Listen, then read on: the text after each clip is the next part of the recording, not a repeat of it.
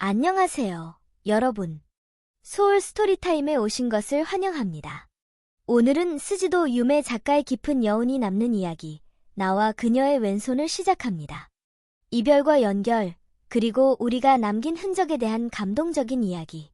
지금 시작해볼까요?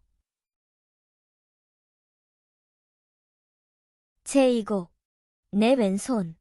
이불 속에서 눈을 뜬 순간 상쾌한 기분이 들다니 얼마 만에 맛보는 일인지 모르겠다. 평소처럼 꾸물거리다 다시 잠들어버려서 몽유병 같은 상태로 떠돌아다니는 일도 없이 바로 일어났다. 어젯밤 제대로 다려놓은 셔츠를 옷장에서 꺼내 들고 외출하기 위한 몸단장을 했다. 요새 들어 쓰는 일이 없던 왁스를 책상 서랍에서 꺼내들 뻔했는데 왠지 모르게 웃음이 터져 나왔다. 나 같은 사람에게 신이 나서 들뜬다. 같은 말이 어울릴 만한 상황이 찾아오다니. 어째서 그런 생각이 들었는지는 몰라도 새로운 발견을 한 느낌이 들었다. 그저께 용기를 내서 휴대전화로 전화를 걸어보았다. 일요일이라면 분명 요전에 본 아이들이 놀러 올 거예요. 사야코는 신이 난 목소리로 말했다. 아이들이 있으나 없으나 내게는 상관없는 일이지만 사야코가 훨씬 더 즐거워하는 모습을 볼 수 있다면 주변이 시끌벅적한 편이 좋을지도 모른다. 그런 생각이 들어 일요일 낮에 보자고 약속을 잡았다. 사야코와의 전화통화를 끊고 나서 나는 오늘 오후 1시를 고대하며 시간을 보냈다. 어떻게 하면 시간을 더 빨리 흐르게 할 수 있을까 고민할 정도로 시간이 남아돌았다.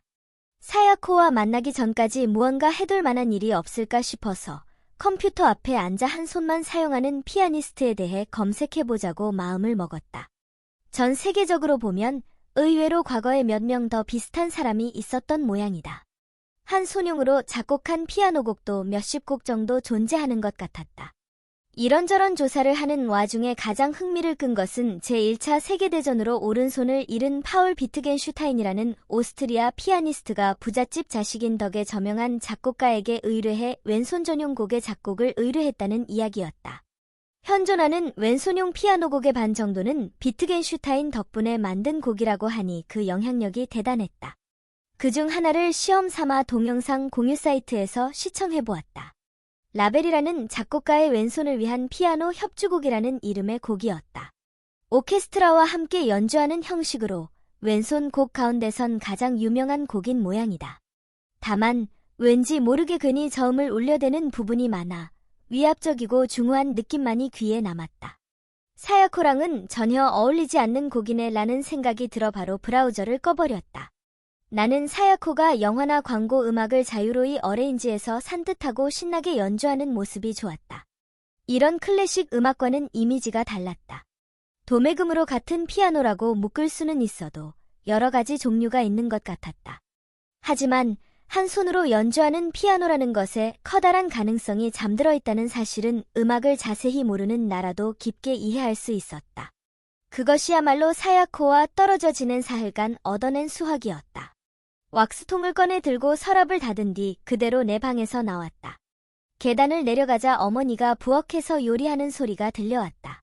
웬일이지 하는 동시에 기분 나쁜 예감이 들었다. 월요일부터 토요일까지 일하느라 시간이 없는 어머니는 휴일인 일요일에도 가사는 거에 하지 않으신다.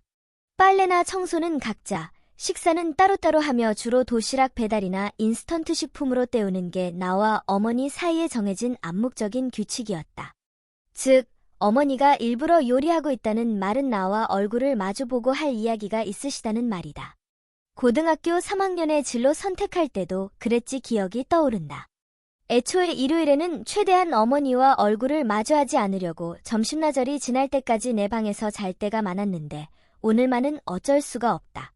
화장실에서 세안을 하고 머리를 만진 뒤 나는 거실로 발을 내디뎠다. 안녕히 주무셨어요.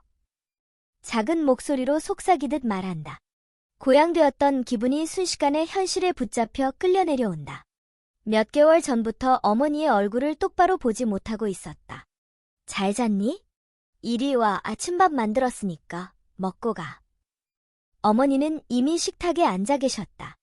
내 발소리에 집중하고 있으셨겠지. 그 목소리는 평소 이상으로 차가웠다. 결국 대강 느낌이 왔다. 어머니와 마주보고 자리에 앉아 어디까지나 별일 없다는 모습을 가장하며 된장국 그릇을 앞으로 가져왔다. 슈아, 실습 학점, 낙제했니? 역시, 어제 대학에서 통지가 날아왔는데. 몰랐는데, 이런 때는 보호자 앞으로 편지가 오는구나. 어머니가 젓가락을 쥔 채로 꼼짝도 하지 않으셨다. 정말 유급이니? 확정? 응. 더 이상 손 쓸 방법은 없고? 응. 실습이란 게 장기 결석 정도가 아니면 어지간해서 낙제는 안 되지 않나? 도대체 언제부터 안 나간 거니? 5월. 뭐래니, 지금? 넉 달을 안 나갔다고? 아무 말 없이? 안 물어봤으니까 마음속으로 중얼거린다. 학비 문제도 있으니까 일단 엄마한테 보고해야 맞는 거겠지? 미안해요. 점심때 나간다더니 실습 나가는 것처럼 엄마 속이려고 한 거구나. 응. 대체열? 지금까지 계속 성적도 좋았고 시험도 낙제한 적은 단 한 번도 없었잖니. 해부도 실험도 전부 열심히 잘했고. 갑자기 왜 그러는 건데? 피가 거꾸로 솟아 머리끝까지 오른 어머니는 겉으로 보기에는 냉정한 말투로 신문하는데 옛날부터 아무리 노력해도 받아들이기 힘들다. 아빠라면 이런 식으로는 말하지 않았을 텐데. 아버지에게라면 본심을 꺼내놓을지도 모른다. 아버지는 언제나 일단 내 이야기를 들어주셨다.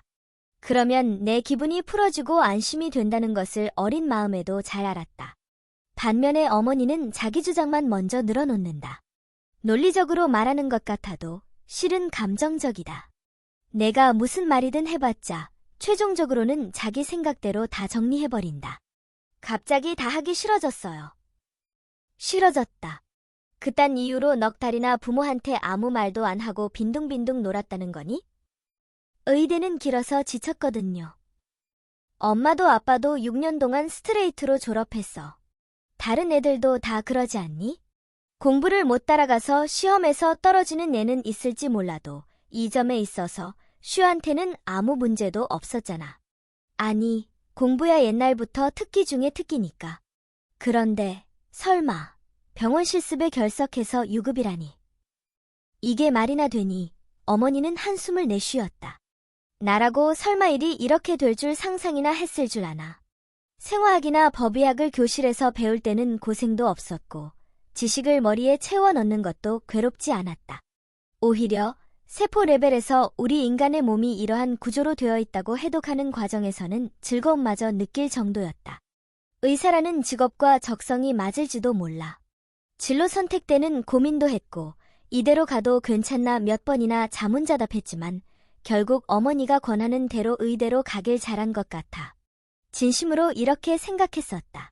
생각을 바꾸게 만든 것은 바로 눈앞에 되살아나려는 끔찍한 광경을 뿌리치고 나는 된장국 그릇을 들어 급하게 국을 들이켰다.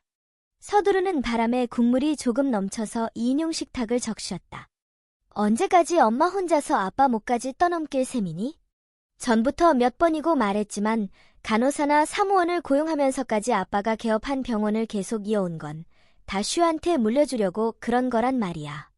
그게 아빠의 유지기도 하고 엄마도 슈가 안정된 삶을 살았으면 하는 마음이 있으니까 그런 거고. 네. 나는 고개 숙인 채 끄덕였다. 엄마 혼자라면 어디든 큰 병원에 혼자 가서 일하는 편이 훨씬 편해. 그래도 슈는 예전부터 공부도 잘해서 우수했고 장래에는 아빠처럼 의사가 되고 싶다고 말했었잖아. 그래서 이렇게 슈를 위해서 엄마가 이 고생을 하고. 정말로 내 장래 희망이 의사였던 걸까? 우주비 행사나 대학 교수님이나 풀꽃 박사님이나 아주 많은 꿈 가운데 하나는 아니었을까? 어머니가 내게 기대를 걸고 있는 것은 알고 있다. 아버지가 돌아가시고 나서 어머니가 한 고생이 얼마나 많은지도 알고 있다. 아버지가 개업한 작은 병원을 혼자 운영하면서 초등학생이었던 나를 질타하며 공부시키고 명문이라 불리는 중고등학교 통합학교에 입학시키고 그리고 사립대학 의학부에까지 입학시켰다. 장학금도 전혀 받지 않고 학비를 모두 어머니가 충당했다. 이제 괜찮다. 자식 다 키웠다. 안심하고 있던 게 분명하다. 마음에도 없는 맞장구만 치는 내게 완전히 질려버렸는지 어머니는 어깨를 축 늘어뜨렸다. 됐다. 그렇게 지쳤으면 올해는 묵은 피로 푸는 데에만 전념하렴. 그리고 내년에 다시 제대로 하는 거야. 사립대 의대 학비가 보통 많이 드는 게 아니니까. 이제 드디어 2년 남았다고 생각했더니만 어머니가 분해하며 중얼거렸다. 내가 대학을 그만두고 싶어 한다는 생각은 어머니 머리에는 없나 보다. 한동안 조용히 아침밥을 먹었다. 된장국을 다 마시고 생선에 젓가락을 댄다. 어머니도 겨우 식사를 시작했지만 바로 젓가락을 내려놓고 말았다. 어머니의 시선을 느끼면서 나는 얼마 안 되는 아침 식사를 위장 속으로 밀어 넣었다. 잘 먹었습니다. 남은 녹미츠를 들이마시고 자리에서 일어났을 때 어머니가 하고 소리를 냈다. 항상 오는 그 편지 또 왔어. 아라키 씨한테. 깜짝 놀라 벽에 걸린 달력을 봤다. 늘어선 숫자 30개 가운데 날짜 하나가 눈으로 슥 날아 들어온다. 두근 심장이 커다란 소리를 냈다. 오늘이구나. 시야 안으로 의자에서 일어선 어머니 모습이 들어온다. 작은 황록색 무늬가 은은하게 들어간 화지 봉투를 내 쪽을 향하도록 내민다. 보낸 사람이 적혀있는 면이 보인다. 어른스럽고 세련된 필체로 쓴 아라키 후지코라는 글씨가 보인다. 하얀 고급 편지지에 또박또박 깨끗하고 꼼꼼하게 적어내린 편지. 12년 전 나에게 보내는 감사의 말. 됐어요. 나는 곧바로 어머니 손에 든 봉투를 밀쳐냈다. 더 이상 읽고 싶지 않다고 했었죠. 안 보냈으면 좋겠다고 했고. 아라키 씨한테 제대로 전달한 거 맞아요? 한참 전에 했고 말고. 슈는 더 이상 기억하고 싶지 않다고 그러니까 이제 편지는 안 읽네요. 하고 애둘러서. 그래도 계속해서 매년 엄마 앞으로 보내오지 뭐니. 아라키 씨는 말이지 슈한테 너무너무 감사하는 모양이야. 이번 편지도 남편분이나 따님 근황 보고 같은 게 적혀 있는데. 어머니 앞으로 온 거면 굳이 안 보여줘도 되잖아. 그 사람 이야기는 이제 하지 마요. 아무리 그래도. 안 그래도 오늘 텔레비전 틀어보니까 계속 그 뉴스만 나오다 보니. 텔레비전 안 본 지 오래거든요. 못 참고 방을 뛰쳐나갔다. 자기가 먹은 그릇은 자기가 설거지하는 게 규칙이었지만 그대로 식탁에 방치했다. 시와. 어머니 목소리가 뒤에서 들려온다. 방금 본 달력 날짜가 깜빡깜빡 머릿속에서 전멸하고 있었다. 계단을 올라가다가 갑자기 가슴이 답답해지는 것을 느꼈다. 점점 눈앞이 빨갛게 흐려진다. 밖으로 나가고 싶지 않아. 오늘은 무리다. 잊고 있었다. 정보를 귀에 넣고 싶지 않다. 타인과 접촉하지 않고 방 안에 틀어박히고 싶었다. 내 방으로 들어가자마자 바로 주머니에서 전화를 꺼내들었다. 사야코와 주고받았던 페이지를 열고 미안. 오늘은 못 갈 것 같아 하고 문자 메시지를 써서 아무 생각 없이 송신했다. 휴대전화를 바닥에 내던지고 드러누워 이불 속으로 파고 들어갔다. 생각을 차단해버렸지만 다시 잠들 것 같지는 않았다. 왁스를 막 바른 머리를 엉망이 될 정도로 헝클어뜨리고 답답한 셔츠를 몸에서 뜯어내버렸다. 방 안을 둘러보니 물건을 정리할 생각으로 옷장에서 꺼내놓은 텔레비전 콘솔 게임기가 눈에 들어왔다. 어차피 안 나갈 거면 어디에든 몰두하고 있는 편이 낫지. 나는 게임기를 끌어당겼다. 방구석에 있는 텔레비전 수상기와 연결해 전원을 켜고 예전에 다 깬 적이 있는 게임을 아무 의미 없이 또 시작한다. 내게 있어서 1년 중 가장 마음이 아픈 날. 불운하게도 아직 시계바늘은 오전 8시를 가리키고 있었다. 진동음이 들린 것 같은 기분이 들어서 게임을 일시 정지했다. 멍해진 머리로 소리가 나는 방향을 보니 땅바닥에 뒹굴고 있는 휴대전화 화면이 빛나고 있다. 몸을 질질 끌면서 기어가 표시된 문자를 읽는다. 세이케 사야코라고 떠 있다. 순간 정신을 차리고 진동하는 휴대전화를 손에 들었다. 벽에 시계를 보자 이미 시각은 오후 2시를 넘었다. 여보세요.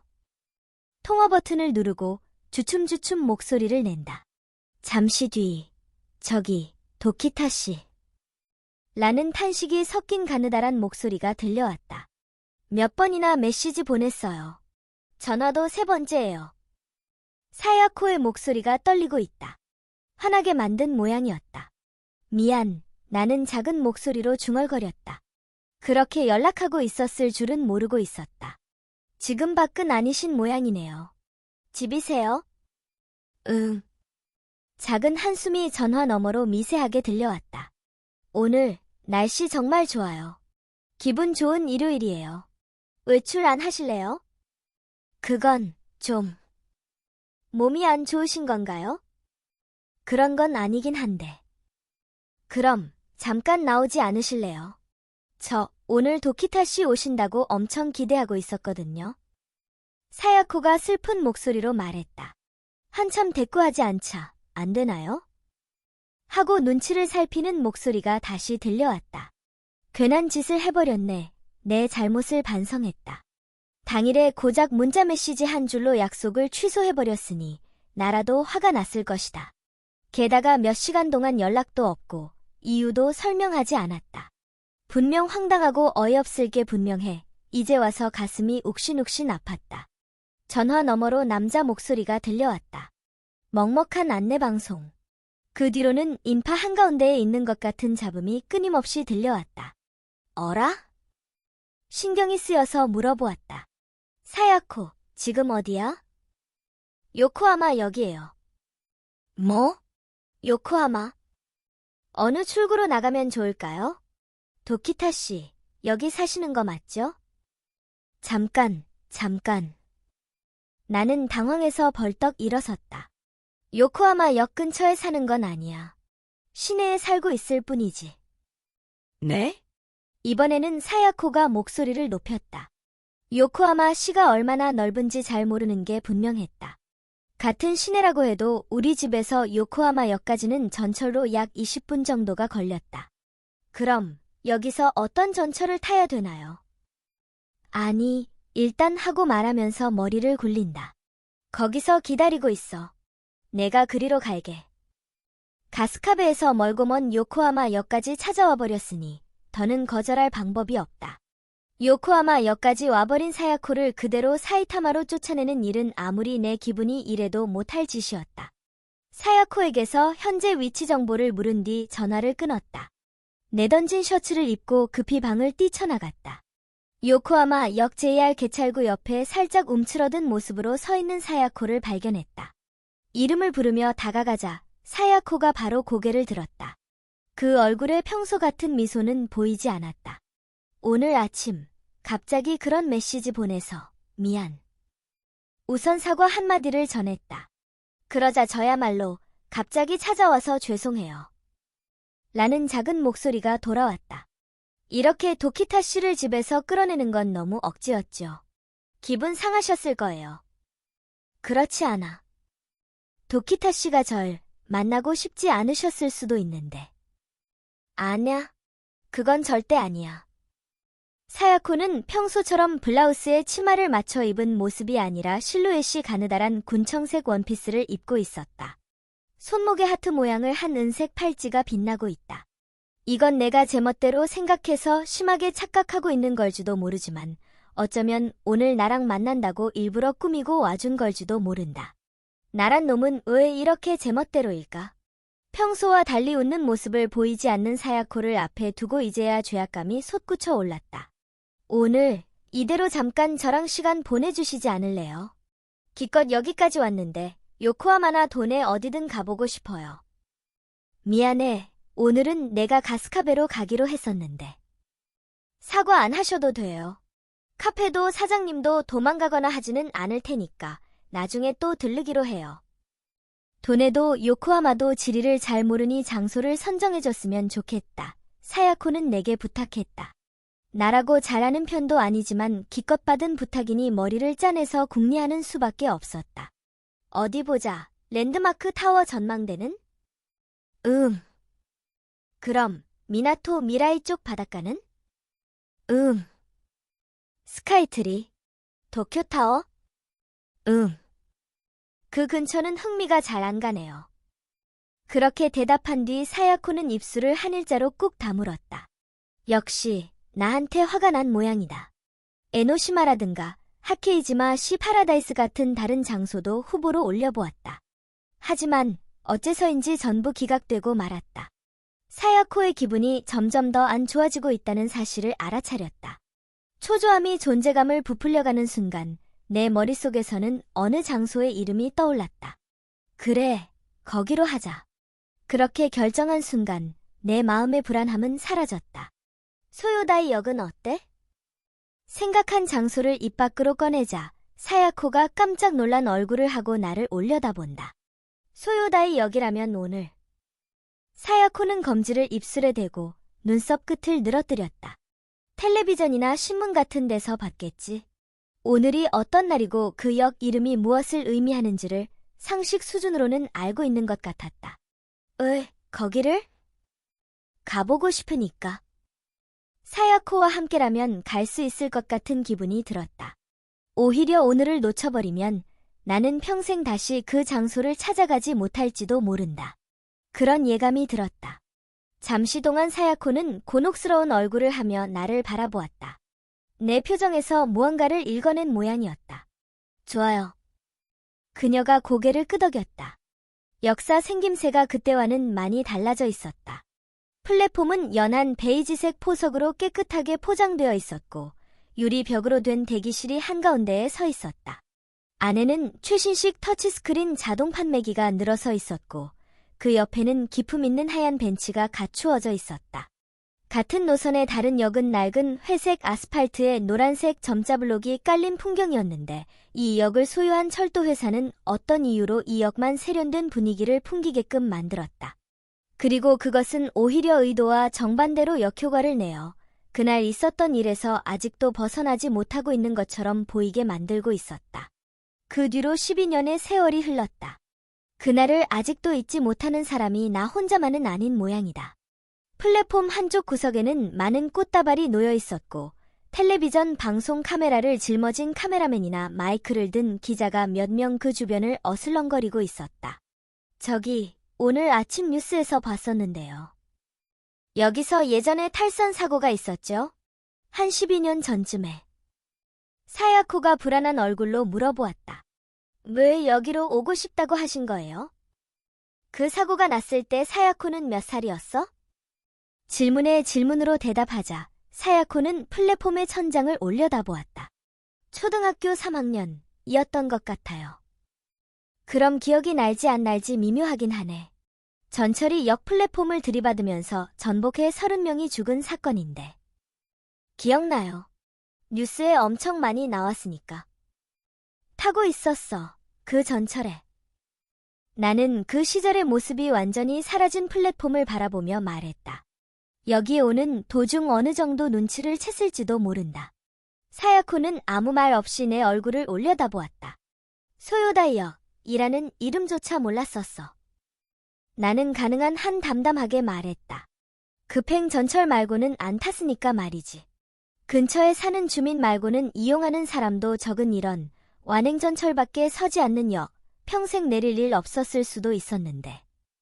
나는 플랫폼을 빙 둘러보았다. 정말로 흔적이 완전히 사라진 모양이다.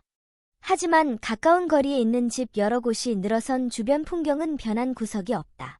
그렇게 먼 풍경을 바라보고 있자니 역시 여기는 그 사고가 터졌던 곳이 맞구나 확신할 수 있었다. 종점 역 근처에 넓은 운동공원이 있어. 초등학생 때 아버지가 쉬는 날에는 자주 그 공원에 둘이 가서 놀고는 했어. 그날도 평소처럼 원반 장난감이랑 공을 들고 요코하마 역에서 전철을 갈아탔어. 그리고 20분 뒤 과속한 급행 전철은 커브 바로 앞에 있던 이 역을 그대로 들이받았어. 영상이 플래시백 될 것 같은 느낌이 들었다. 나도 모르게 눈을 굳게 감았다. 운전사가 지병으로 발작을 일으킨 게 원인인가, 단순한 부주의가 원인인가, 사람을 대량으로 끌어들여 죽이면서 함께 자살하려는 엽기적인 사건은 아니었는가. 여러 가지 설이 소문으로 돌았지만 진상은 더는 알 방법이 없었다. 당사자인 운전사가 즉사했기 때문이다. 그 외에도 29명이 희생되었다. 희생자 대부분이 플랫폼에서 옆으로 넘어진 선두 차량 탑승객이었다. 나는 선두 차량에 타고 있었어. 내가 살아남을 수 있었던 건 열차가 역사에 격돌하는 순간 함께 있었던 아버지가 곧바로 내 몸을 안아서 보호해 주셨기 때문이야. 덕분에 치명적인 부상은 입지 않았어.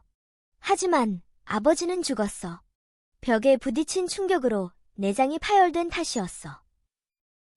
사야코가 신음을 내며 왼손으로 입을 가렸다. 견디기 어려운 기분이 들게 했는지도 모른다. 사야코의 눈이 젖어들었다. 나도 충돌 순간에 기절했지만 잠시 뒤에 의식을 되찾았어. 눈을 뜨지 않는 게 좋았을 텐데 하고 생각할 정도로 처참한 풍경이었어. 바닥에서 떨어져 나간 좌석이나 철제 선반이 부러져서 겹쳐 있었고 그 사이에 사람이 피를 흘리며 쓰러져 있었어. 옆구리로 난간이 뚫고 나온 사람도 있었고 찌부러진 차체와 지면 사이에 몸이 끼어버려 움직이지 못하는 사람도 있었다. 대부분의 사람이 의식을 잃고 축 늘어져 있었지만 고통으로 신음하는 어른의 목소리나 어린아이의 울음소리도 들려왔다. 절망적인 좁은 공간 안에서 한없이 죽음에 가까운 상태로 삶과 죽음이 공존하고 있었다. 뒤를 돌아보니 내 몸 아래에 아버지가 흰자위를 드러낸 채로 쓰러져 있었다. 깜짝 놀라 일어난 나는 아버지를 몇 번 흔들어 깨우려 했지만 대답하지 않았다. 이마에서 대량의 출혈이 흘러내리고 있었다. 주변에서는 피비린내가 풍겨오고 있었다. 바로 다음에 구급차나 경찰차 소리가 들려왔고 주변이 시끌시끌해졌다. 구급대원이 밖에서 부르는 소리가 들리고 차 안에서도 살려주세요, 나 꺼내주세요 하는 소리가 터져 나오기 시작했다. 하지만 구급대원들은 바로 들어올 수 있는 상황이 아닌 모양이었다. 찌부러져 작아진 전동차 안에는 초등학교 5학년인 나 혼자가 겨우 움직일 만큼의 공간밖에 남아있지 않았다. 밖에서 긴박한 외침이 들려왔다. 자력으로 나갈 상황이 되는 분은 이쪽으로 와주세요. 같은 말을 누군가가 몇 번이고 외쳤다. 나는 정신없이 행동했다. 내가 구하지 않으면 안 된다 라고 생각했다. 파편이나 사람 위를 이동하며 조금이라도 움직일 수 있는 사람을 발견하면 혼신의 힘을 다해 잡아당겼다. 쓰러진 유모차 안에서 정신을 놓고 멍한 상태로 있는 갓난아기. 머리를 감싸 안고 웅크린 채 몸을 떨고 있는 노인. 좌석과 좌석 사이에서 빠져나오려고 버둥거리는 중년 여성. 피투성이 남녀 아래에 깔려 눈물 젖은 얼굴로 나를 바라보는 여자아이. 중년 여성은 조금 떨어진 곳에 쓰러져 있는 내 또래로 보이는 자기 아들에게 손을 뻗고 있었다. 몸의 반이 젊은 남녀에게 깔려있던 어린 여자아이는 그 자리에서 버티며 어지간히도 나오려고 하지 않았다. 하지만 나로서는 이미 늦은 것으로 보이는 일행에게 신경 쓸 겨를이 없었다. 그들을 파편이나 사람 더미에서 끌어내어 목소리가 들리는 쪽으로 끌고 가 어떻게든 구급대원에게 전달했다. 대원이 지시하는 대로 안에서 문을 여는데 협력했다. 나 자신도 나중에 병원에 가서 진찰을 받고 갈비뼈가 부러져 있었다는 사실을 알았어. 하지만 그때는 감각이 마비되어 있었는지 통증은 못 느꼈어. 망가진 전동차 안에서 자유롭게 움직일 수 있었던 게 나 혼자뿐이었으니까 온 힘을 다해 주변 사람들을 구했어. 그때 내가 구한 사람들이나 그 가족분들은 나더러 영웅이라며 지금도 감사의 편지나 물건을 일방적으로 보내고 있지. 오늘 아침 어머니가 보여준 편지를 떠올린다. 그런 감사의 마음을 솔직히 받아들이지 못하는 것은 그 사고로 아버지가 돌아가셨기 때문이었다. 게다가 아버지가 그냥 돌아가신 것도 아니었다. 구급대원이 전동차 안에 들어간 다음 나는 바로 구조됐어. 그리고 근처 병원으로 이송됐지. 잠시 뒤 집에서 어머니가 달려오셨어. 그때 처음으로 아버지가 돌아가셨다는 이야기를 들었지. 많이 힘드셨군요. 사야코가 떨리는 목소리로 말한다. 실은 진짜 충격은 그 뒤에 받았지만. 네? 내가 아버지의 죽음을 들었을 때 어머니는 이렇게 말했어. 아빠, 방금 전 응급차 안에서 돌아가셨단다. 더 빨리 병원으로 이송됐으면 제대로 치료받아서 돌아가시지 않았을지도 모르는데. 라고. 사야코가 숨을 들이쉬는 소리가 들렸다. 그때 내가 받은 충격을 재현하기라도 하듯. 그 말을 듣고 눈앞이 새까맣게 변했어. 그때 나는 전철 안에서 피투성이로 쓰러진 아버지를 발견했을 때 이미 돌아가셨다고 착각하고 말았던 거야. 그래서 다른 사람을 먼저 구한 거야. 그런데 사실 아버지는 그때 살아계셨어. 즉 나는 아직 살아날 가능성이 있었던 아버지의 구조보다 다른 사람들을 먼저 구하고 말았던 거지. 그때 내가 아버지를 가장 먼저 운반했더라면 아버지는 지금도 살아계실지도 몰라. 그런 생각을 하면 분하고 어쩔 줄을 모르겠어서. 그건 모르는 일이에요. 사야코가 강한 어조로 말했다. 도키타 씨 잘못이 아니에요. 누구 탓도 아니에요. 그 말을 들은 나는 문득 정신을 차렸다. 12년 전 사고가 있었던 날로 타임슬립했던 내 머릿속이 플랫폼에 꽃다발이 놓여있는 현실로 돌아왔다. 그랬구나. 그래서였구나. 바람에 흔들리는 꽃다발 더미를 바라보며 사야코가 조용히 속삭였다. 피를 못 보신다고 한 이유는 그 사건이 원인이었군요. 응, 현장 실습을 막 시작한 4월경에 구급차 동승 실습이 있었는데 운 나쁘게도 하필이면 내가 탄 날 관내역에서 투신 자살이 발생해버렸어. 투신. 응, 그래서 더 이상은 못하겠더라고. 거짓말처럼 순식간에 응급차가 막 도착했을 때는 아직 미세하게 심장이 뛰고 있었다. 그래서 급히 구급차에 태웠다. 하지만 결국 자살을 시도했던 남성은 과다출혈로 인해 내 눈앞에서 죽어갔다. 하필이면 12년 전 아버지와 비슷한 연령대의 체격이나 생김새도 닮은 남성이었다. 역, 전철, 피, 신음, 냄새, 맛, 감촉, 색. 심장 깊은 곳에 봉인해두었던 그 공포와 긴박함, 그리고 죽어가는 기척을 나는 그 순간 떠올리고 만 것이다. 아무리 그래도 의대를 4년이나 다녔는데 괜찮겠지 하고 생각하고 있었지만 어느새 정신을 차려보니 검사하려고 혈액 체열하는 것조차 못하겠더라고. 이런 식으로 다른 사람에게 이야기를 꺼낸 건 처음인 것 같은데 누군가에게 이 체험을 이야기하고 싶다고 생각한 것 자체가 신기한 일이었다. 지금까지 탈선 사고에 관한 기억은 항상 마음 깊은 곳 바닥에 봉인해두었고 일부러 꺼내오는 일은 단 한 번도 없었는데 나는 꽃다발 앞으로 걸어가 플랫폼 바닥에 무릎을 꿇었다. 잠깐만 기다리세요. 사야코의 목소리가 들렸고 발걸음이 뚜벅뚜벅 멀어져 갔다. 홀로 남은 나는 12년 만에 방문한 역 플랫폼에서 그저 눈을 꾹 감고 합장하며 추모할 뿐이었다. 잠시 시간이 흘렀다. 다시 발소리가 다가와 내 옆에서 멈췄다. 올려다보니 군청색 원피스를 입은 사야코가 왼팔에 커다란 꽃다발을 안고 서 있었다. 역 건너편에 꽃집이 보여서 사왔어요. 사야코는 빙긋 미소 지었다. 눈꼬리에는 작은 눈물 한 방울이 매달려 있었다. 여기에 같이 놓아요. 사야코가 몸을 틀듯이 왼팔로 안은 꽃다발을 내밀었다. 나는 다급히 일어나 핑크색 꽃다발에 두 손을 가져갔다. 그리고 둘이서 조용히 꿇어앉아 꽃다발을 플랫폼 바닥 위에 놓았다. 플랫폼에 두 무릎을 댄 사야코가 왼손을 가슴에 대고 기도하듯 눈을 감았다. 그 옆모습이 아름다웠다. 사야코는 움직이지 않고 그 자세로 가만히 있었다. 나는 그 모습을 잠시 지켜본 뒤 다시 꽃다발 더미를 마주했다. 천천히 합장한다. 그리고 눈을 감고 깊이 고개를 숙였다. 미안해. 돌아가는 전철 안, 문득 입에서 사과의 말이 흘러나왔다. 이런 부담스러운 이야기를 들려줘 버려서. 나한테도 다시는 떠올리기 싫은 이야기였고 더 이상 이야기를 꺼내는 일은 없을 거야. 사야코는 으응 소리를 내며 아무 일도 아니라는 듯 고개를 가로저었다. 그 일상적인 태도에 나는 구원받아 편안한 기분이 되었다.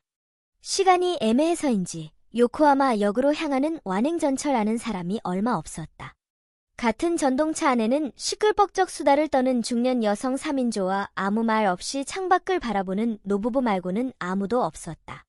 사실 도중에 급행으로 갈아타는 편이 빠르지만 되도록 조용한 곳에서 마음을 침착하게 가라앉히고 싶었기에 흔들리는 완행열차에 계속 몸을 맡기기로 했다.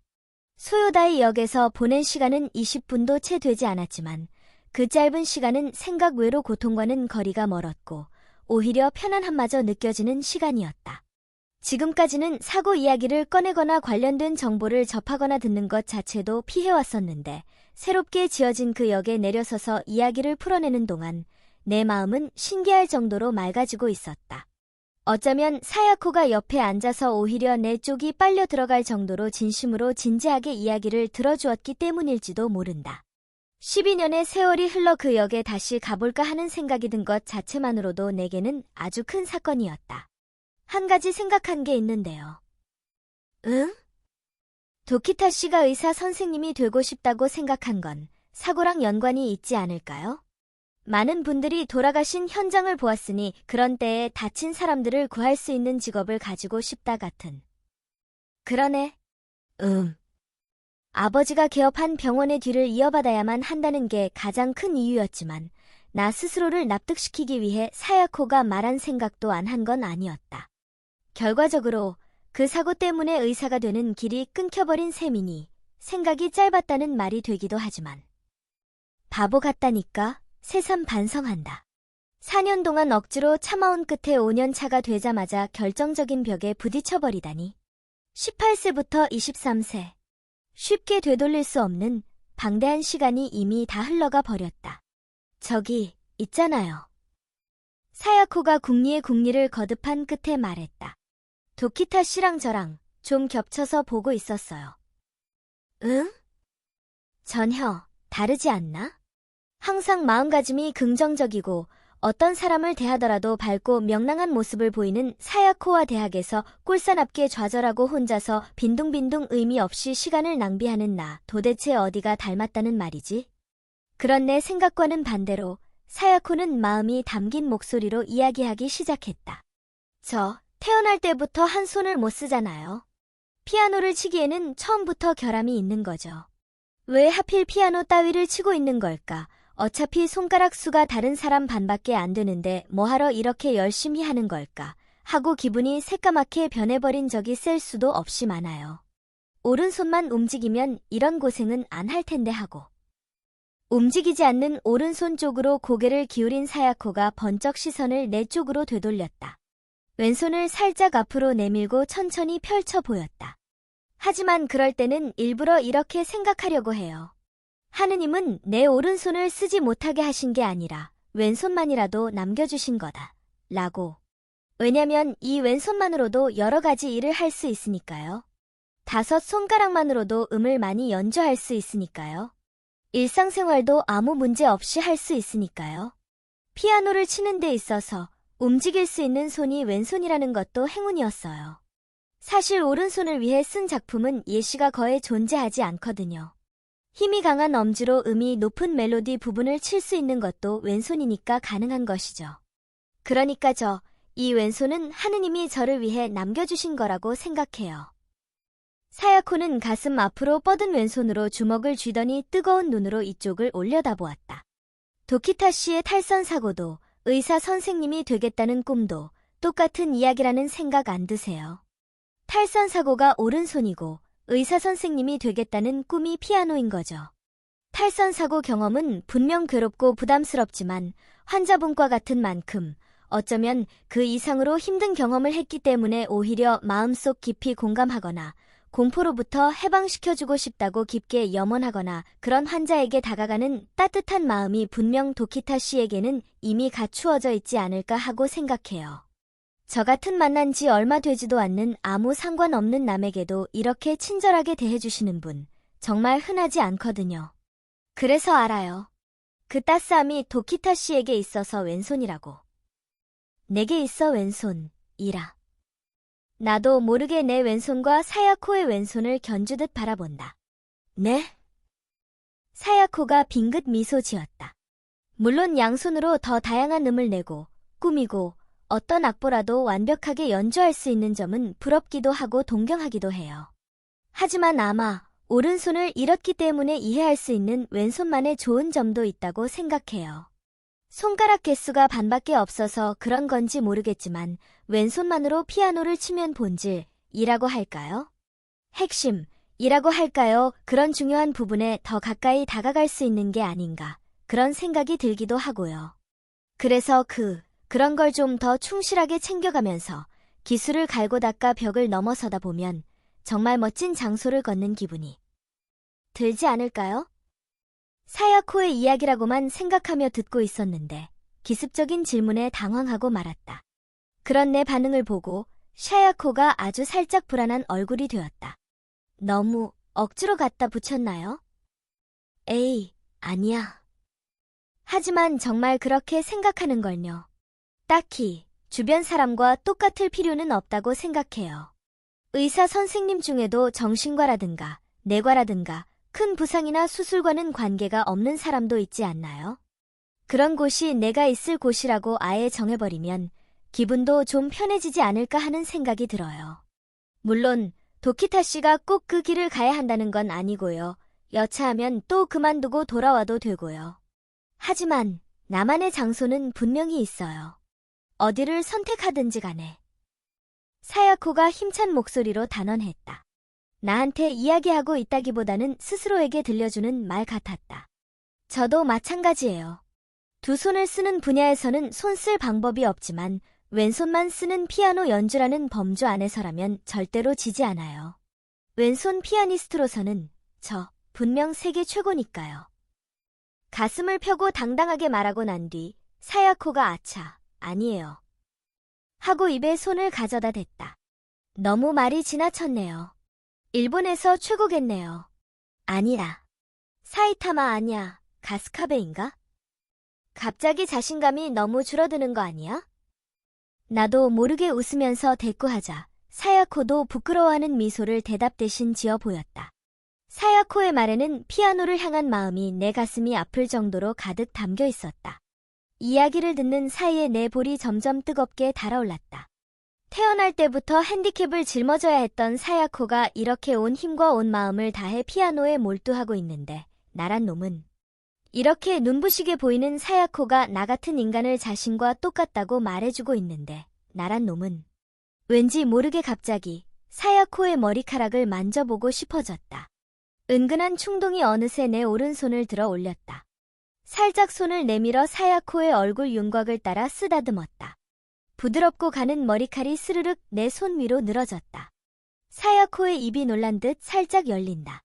붉게 물든 사야코의 얼굴로부터 눈길을 피하며 나는 머리칼을 만지던 손을 내렸다. 그리고 군청색 원피스 옷자락 언저리에 놓인 그녀의 하얀 왼손을 잡고 미끄러지듯 손가락 사이를 내 손가락으로 채웠다. 그녀의 왼손이 내 오른손 안에 꿈틀 떨렸다. 고마워. 하고 짧게 말한 뒤 오른손에 살짝 힘을 넣었다. 앞을 바라본 채로 창밖 풍경을 한없이 눈으로 좇으려 했다. 그러는 사이 사야코가 내 옆얼굴을 지그시 바라보는 게 느껴졌다. 다행이다 목소리가 들렸다. 사야코의 왼손이 내 오른손에게 모든 것을 맡기기라도 하듯 완전히 힘이 빠졌다. 저기 있지? 네? 놀라지 않고 들었으면 하는데. 뭐가요? 좋아해. 아주 많이. 툭 말이 튀어나왔다. 목 언저리가 훅 뜨거워졌다. 동시에 사야코가 당황하며 고개를 숙이는 모습이 시야 한쪽 구석에 비쳤다. 몇 초가 지난 뒤 사야코가 내 오른손을 꽉 쥐었다. 저도요, 라는 작은 목소리가 들렸다. 먼저 이야기를 꺼낸 주제에 그 대답이 믿어지지 않은 나는 사야코 쪽으로 나도 모르게 고쳐 앉았다. 확인하듯 사야코의 얼굴을 바라본다. 부끄러우니까 그렇게 빤히 쳐다보지 마세요. 빨갛게 달아오른 사야코가 고개를 돌리고 말았다. 그런 옆얼굴을 바라보면서 말없이 기다렸다. 잠시 뒤 견디지 못했는지 사야코가 휙 내 쪽을 향해 고개를 돌렸다. 앞으로. 사야코가 힘차게 말했다. 잘 부탁해요. 응. 대답하고 고개를 끄덕이자 사야코가 활짝 웃었다. 아, 이거구나 라고 생각했다. 사야코는 눈치채지 못한 모양이지만 사야코의 이 미소가 나를 구원해준 거야. 완행열차는 점점 속도를 늦추었다. 멈추었다. 속도를 올렸다를 반복하며 점점 도회지를 향해 가고 있었다. 그 시간은 말하기 부끄럽지만 더할 나위 없이 사랑스러운 시간이었다. 간주곡. 내가 슈퍼맨이었으면 얼마나 좋을까 라는 생각을 한다. 벽에 끼어버린 사람을 괴력으로 끌어낸다. 부러진 금속 봉을 순식간에 붙잡아 멈춘다. 괴로워하는 부상자를 단숨에 날아올라 병원까지 데려간다. 그런 히어로였다면 그 광경을 목격한 날 이후로 생명이라는 것의 이미지가 한없이 가볍게 느껴지고 만다. 영화 속 한 장면 같이 언제나 머릿속에서 반복된다. 단 한 번의 충격으로 이렇게 쉽게 사람이 망가지는 광경이. 그러니까 소울 스토리타임을 시청해주셔서 감사합니다. 오늘의 이야기가 마음에 드셨다면 좋아요와 구독을 눌러주세요. 매주 화요일, 수요일, 금요일, 일요일에 새로운 이야기로 찾아뵙겠습니다. 다음 이야기까지 행복한 시간 보내세요. 그럼 안녕.